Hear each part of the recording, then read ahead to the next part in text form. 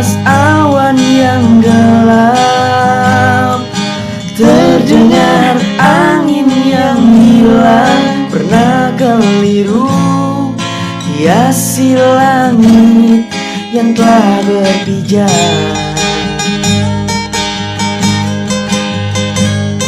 Sejuta puisi menepi, merangkai sebuah imajinasi kan mengganti hilangnya sebuah arti pelangi.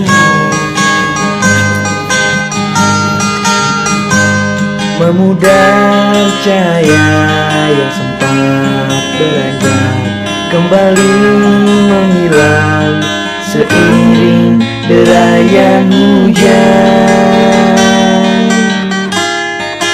Hayalan tinggi menelan sepi sendiri, kan menikmati adanya angin menanti sebuah pelangi yang indah kini. Direktur Kuliner Tria, Desainer Fashion Kemenparekraf Republik Indonesia, Ibu Yuke Sri Rahayu. Selamat pagi Ibu. Yang kami hormati Sekretaris Dinas Pariwisata Kebudayaan Provinsi Jawa Barat, Bapak Andre Gustriawardana SSTP MSI CRBD. Selamat pagi Bapak. Yang kami hormati para narasumber, yang kami hormati Kabid Industri Pariwisata Dinas Pariwisata Kebudayaan Provinsi Jawa Barat, yang kami hormati para peserta dari 27 kabupaten kota. Terima kasih atas kehadirannya Bapak, sangat baik sekali kerjasamanya.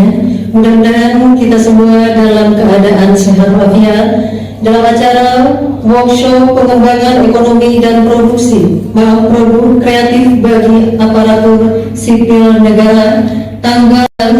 Mengawali acara pagi ini mendengarkan lagu kebangsaan Indonesia ya. Hadirin dimohon.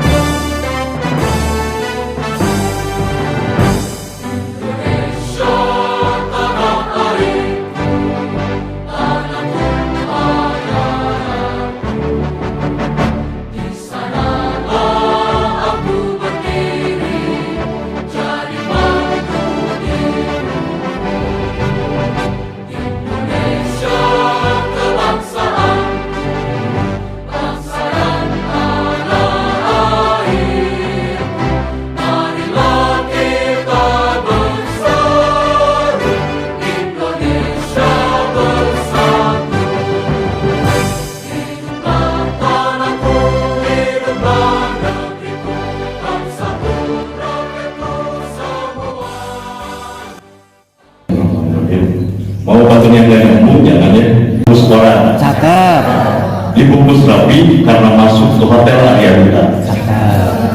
Selamat datang Ibu Direktur beserta jajaran. Kolaborasi bersama memajukan ekonomi digital dan produk kreatif Indonesia. Bismillahirrahmanirrahim. Assalamualaikum warahmatullahi wabarakatuh. Salam sejahtera, Om Swastiastu, Namo Buddhaya, salam kebajikan, sampurasun.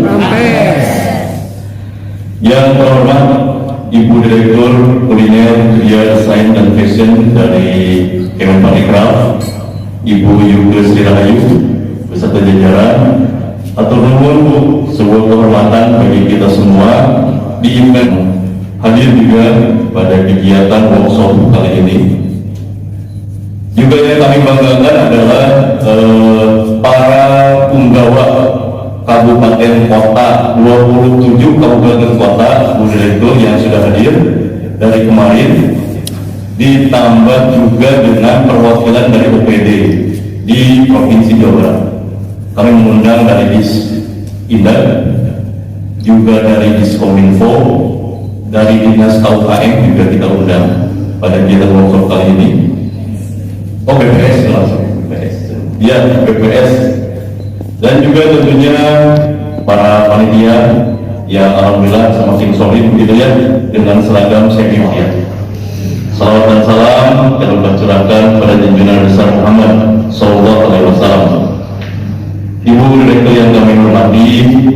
inginkan juga, meskipun tadi Ibu Ketua Panitia sudah melaporkan, yang pertama tentunya permohonan maaf dan salam hormat dari Pak Kadis kami, Pak Dr. Adas, Dr. Perusahaan yang bergerak di bidang digitalisasi di Bandung lokasinya, tapi ternyata order-ordernya sudah internasional, termasuk mendapatkan penghargaan yang terbaru dari pemerintah Jepang. Kami kemarin mendapatkan insight yang luar biasa, Bu. Termasuk kalau dari panitia saya sendiri ikut hadir mengawal, ingin melihat bahwa antusiasme peserta itu terlihat dari kengantukan. Dan kemarin alhamdulillah saya agak gemes juga, jangan sampai yang tentu kalau orang di Semarang Jabar. Kita semua ini kemarin langsung, Bu. Ada yang melakukan langsung gitu.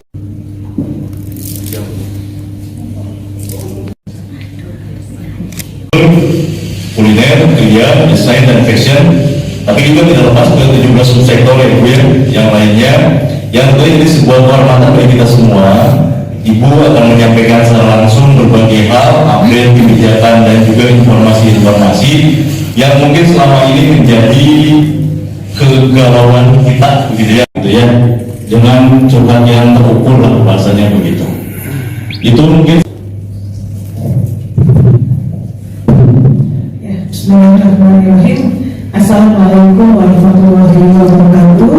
Selamat pagi, salam sehat dan salam senantiasa semangat dan salam kreatif. Yang saya hormati Pak Sekretaris Dinas ya, mewakili beliaunya sendiri maupun mewakili Pak Kepala Dinas. Salam hormat Pak buat Pak Beni ya. Kami waktu itu terakhir bertemu beliau di MotoGP Mandalika ya.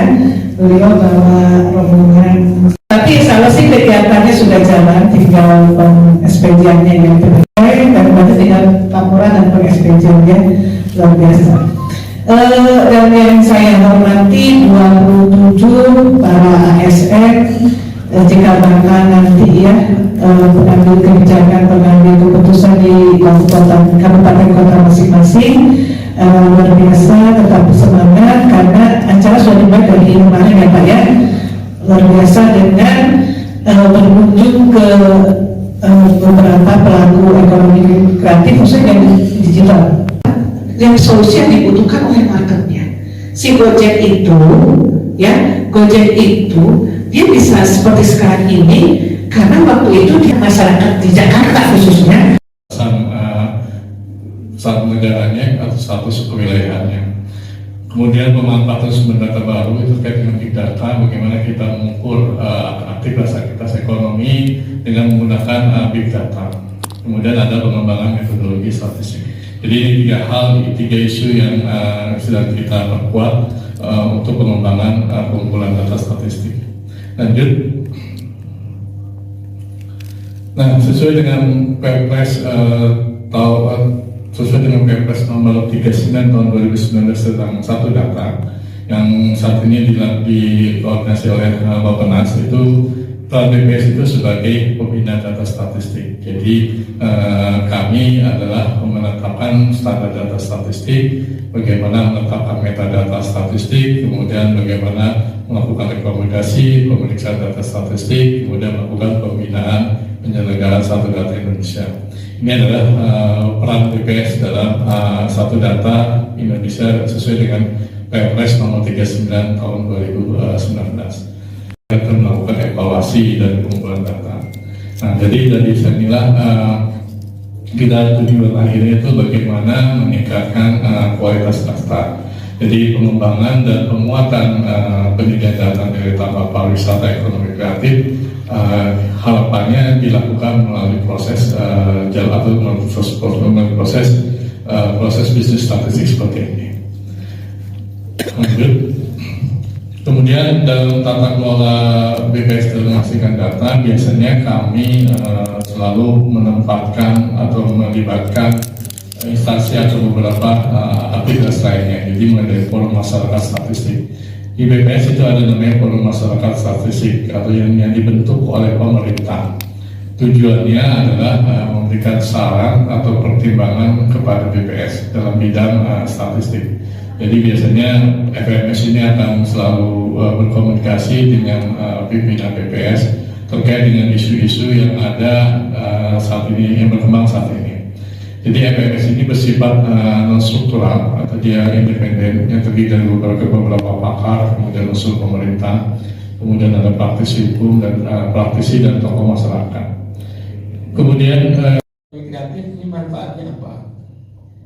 Jadi angka pertumbuhan tentu bagi pelaku manfaatnya tadi serapan tenaga kerja, kemudian tentu barang-barangnya juga banyak terjual sehingga pendapatan masing-masing pelaku ekonomi kreatif ini akan tumbuh.